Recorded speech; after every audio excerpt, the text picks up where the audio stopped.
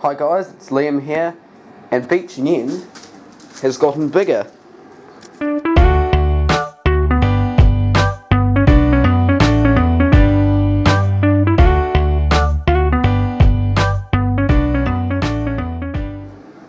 Right, so guys, what you are currently looking at is the extension of the exhibition layout that continues on after Redfern.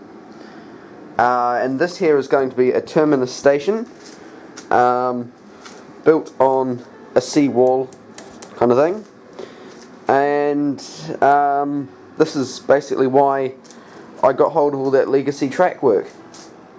So starting off, about here is where Redfern's going to go just here, and it's here where the baseboards, the track is going to attach roughly.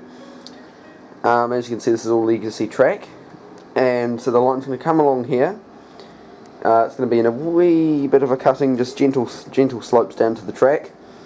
So we come around this corner, swing round into this station here, which we're going to call Glanmor, which is Welsh for seaside, I believe. And so it's going to swing around into here. This is going to be a wee terminus station, and so basically the basic track diagram is going to be, it's going to be a set of points maybe about here, and there's going to be a siding that comes off like this and goes right up here, up to where this piece of track here is. So we'll probably just move that there, just as a demonstration type thing. Move that back. So there's going to be a set of points there, and the track that goes right off round to the back of the yard. Then along here, if I can move this piece of track, there's going to be a platform here. It swings around like this, and a set of points in here, and a back shunt, and this here is going to be the loop. It's going to come and join back on here where the set of points is, and basically there's going to be the station platform. It's going to be come all the way up to here, and then off this siding here there's going to be another siding that comes in like a bay siding type thing, and there's going to be a goods shed here, like seen on the station on the West Somerset Railway Willerton. How the goods shed's going to be right up against the platform, and then along this siding here there's going to be a big long loading bank with some coal staiths and a stockyard. Because basically the main traffic of this line is going to be sort of, livestock, coal, and just general goods. And there's also going to be a wee crane on that loading bank, or maybe by the shed. I haven't decided yet, but we've got the crane. I just need to assemble it. Then here, as you can see, we've already got the signal box in place. So that's it there. This is a ratio kit. I still haven't done the steps for it yet. I haven't attached the roof yet either, because I'm still wanting to put lighting in there once it's permanently mounted. As you can see, it does have full interior detail from a ratio signal box interior kit. So that's going to go. That's obviously going in there, and so that's the signal box so far. And as we pan around, we've also got this wee water crane which I've assembled, which is also a ratio kit. Then we've got some Will's coal staiths just sitting there, which I assembled last night. And then here we've got a wee yard office and a wee lamp hut. These are both also from Will's. But yeah, they're looking quite good. And then of course down here there's going to be a beach. These here are going to become like dune type things, like slopes down to the beach, and this along here is going to be a sea wall, and along here as well. So that should look quite good, and we're thinking from the platform here might have a boardwalk that goes across the tracks down to here, and have steps that go down onto the beach. So that could be quite nice. And so basically, yes, this is going to be the terminus of the line, so it's going to be called glanmor, so the line is obviously going to be called the glanmor branch. And so the line all up will be about 7 metres long in length. Then across here is another 2.4 metres from that end to that end. So it's going to be a pretty big layout. Well, it is a pretty big layout. The only time I'll only really be able to get it all set up at once will be at the show, and if I do it outside, because there's sure isn't enough room in this garage at the moment. So basically, yeah, it's going to be pretty big, and it should be a lot of fun to operate on at the show. I do understand that the stations are quite close together, and it's something I'm sort of wishing I'd given a wee bit more thought when I designed the layout, but I suppose we can't really have it any bigger than it currently is, at this stage at least, and also the cost of making it any bigger would probably be just a bit beyond budget. To be honest, the baseboards aren't that expensive to actually make. Through my school, they order in timber,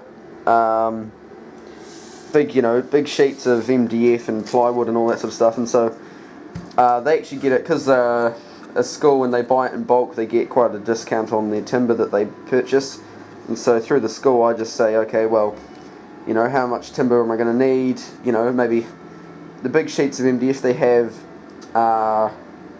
120 centimetres by, I think they must be about 3 metres tall or so, and so I say maybe half a sheet or so of that, and half a sheet of plywood as well, because they're the same size, and then just go from there. The baseboards for this actually only cost me 85 New Zealand dollars. I'll put the conversion to pounds up on the screen about now, and they're not too expensive to make. I've also put together, if I go over here, you can see the fiddle yard for beaching end just leaning up against the dryer there, but I've also put together the parts. I haven't assembled it yet, but I've got parts to double the length of that, so we can actually run some longer trains this year.